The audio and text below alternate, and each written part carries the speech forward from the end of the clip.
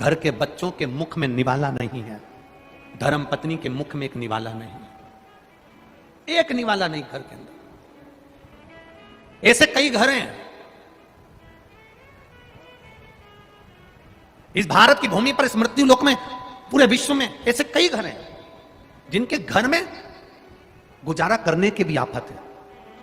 पहनने के कपड़े नहीं, किसी के यहां पर भोजन नहीं, किसी के यहां जमीन नहीं, किसी के यहां दुकान नहीं, कोई पूरी जिंदगी किराए के मकान में निकाल देता है। नहीं है।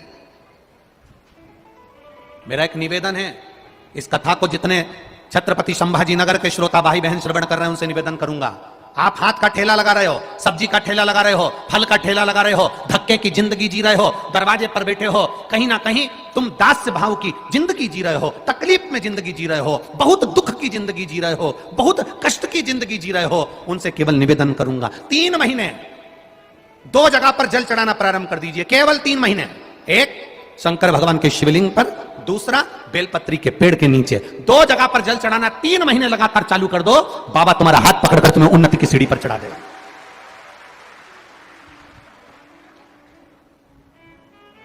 हमें कोई चमत्कार करना नहीं आता और ना हम कोई तंत्र विद्या या मंत्र विद्या जानते हैं, ना हमारे पास में बेल है, ना हमारे पास में भभूति है, हमारे पास में तो केवल शिव का नाम है। आप श्री शिवाय नमस्तुभ्यम बोलो, ओम नमः शिवाय बोलो, नमः शिवाय बोलो, चाहे महामृत्युंजय मंत्र बोलो, उसका स्मरण करते करते भगवान शंकर के शिवलिंग पर जल, और उसी पात्र में जो जल तुमने शंकर जी को चढ़ाया उसमें से बचा हुआ थोड़ा सा जल बेलपत्री के पेड़ के नीचे चढ़ाना प्रारंभ कर दो। अलग से बेलपत्री के पेड़ के नीचे चढ़ाने के लिए अलग से लोटा भर के जल जरूरत नहीं पड़ेगी। जो तुमने शिव जी को जल चढ़ाया,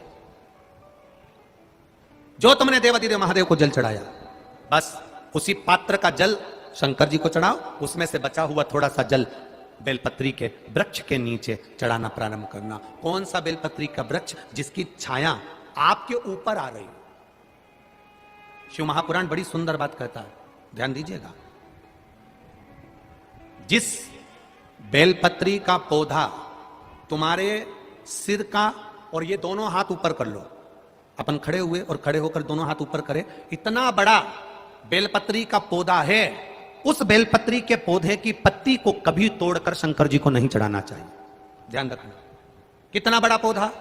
आप खड़े हो जाओ और खड़े होने के बाद आपका हाथ ऊंचा कर लेना, इतना बड़ा पौधा है, उस पौधे की पत्ती बेलपत्री को तोड़कर शंकर भगवान को कभी नहीं चढ़ाना। शंकर भगवान को उस बेलपत्री को, उस वृक्ष की पत्ती को तोड़ना चाहिए जो वृक्ष तुम्हारे हाथ से थोड़ा सा ऊंचा हो, जिसके लिए तुम्हें हाथ और ऊंचा करना पड़ रहा हो। जैसे एक बच्चा अपनी मां की गोद में बैठने के लिए दोनों हाथों से उचकता है, आवाज लगाता है, उचकता है, आवाज लगाता है, हाथ ऊपर करता है, तो मां उस बच्चे को गोदी में ले लेती है। उसी तरह उस बेलपत्री के वृक्ष की पत्ती तोड़ना चाहिए जिसने थोड़ी उन्नति कर ली हो, जो थोड़ा ऊंचा हो गया हो। तुम उसको पाने का प्रयास करो तो भगवान भी तुम्हें अपनी गोदी में ले ले। ऐसे वृक्ष की पत्ती तोड़।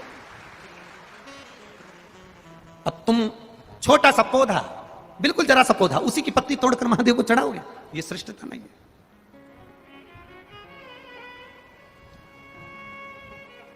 छोटा सा पौधा है, उसकी पत्ती को तोड़कर आप चढ़ा रहे हो महादेव को, उसमें श्रेष्ठता नहीं है।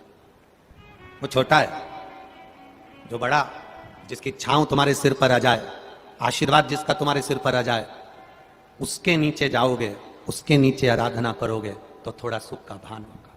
जो छोटा पौधा है उसको बड़ा करने का प्रयास करो, और जो बड़ा है उसके नीचे, जो शिव जी को एक लोटा जल चढ़ाया, बाद में वो जल ले जाकर आपने बेलपत्री के पेड़ के नीचे समर्पित करा, शंकर भगवान को दिया, और फिर बेलपत्र को समर्पित करा, उसका सुख, उसका आनंद, उसकी भक्ति, उसका स्नेह, उसका स्मरण सुख प्रदान करेगा, आनंदता देगा, वो आनंदता प्रदान करेगा। हम कई गलतियां करते हैं, हमको स्मरण नहीं हो पाता। आप में से कई माताएं ऐसी होगी, छोटे छोटे पौधे की पत्ती तोड़कर शिव जी को चढ़ा दी हो, और बाद में कह रही होगी हमने पशुपति व्रत करा, भगवान ने हमारी क्यों नहीं सुनी। कारण होता है, कुछ तो कारण होगा ना। पेट दुख रहा है तो ऐसे ही दुख रहा है, चाउमीन खाई होगी ना, गोलगप्पा खाया होगा, पानी पूरी खाई होगी, शादी में जाके ज्यादा दही बड़ा खा गई होगी, पूरन पोली ज्यादा खा गई होगी,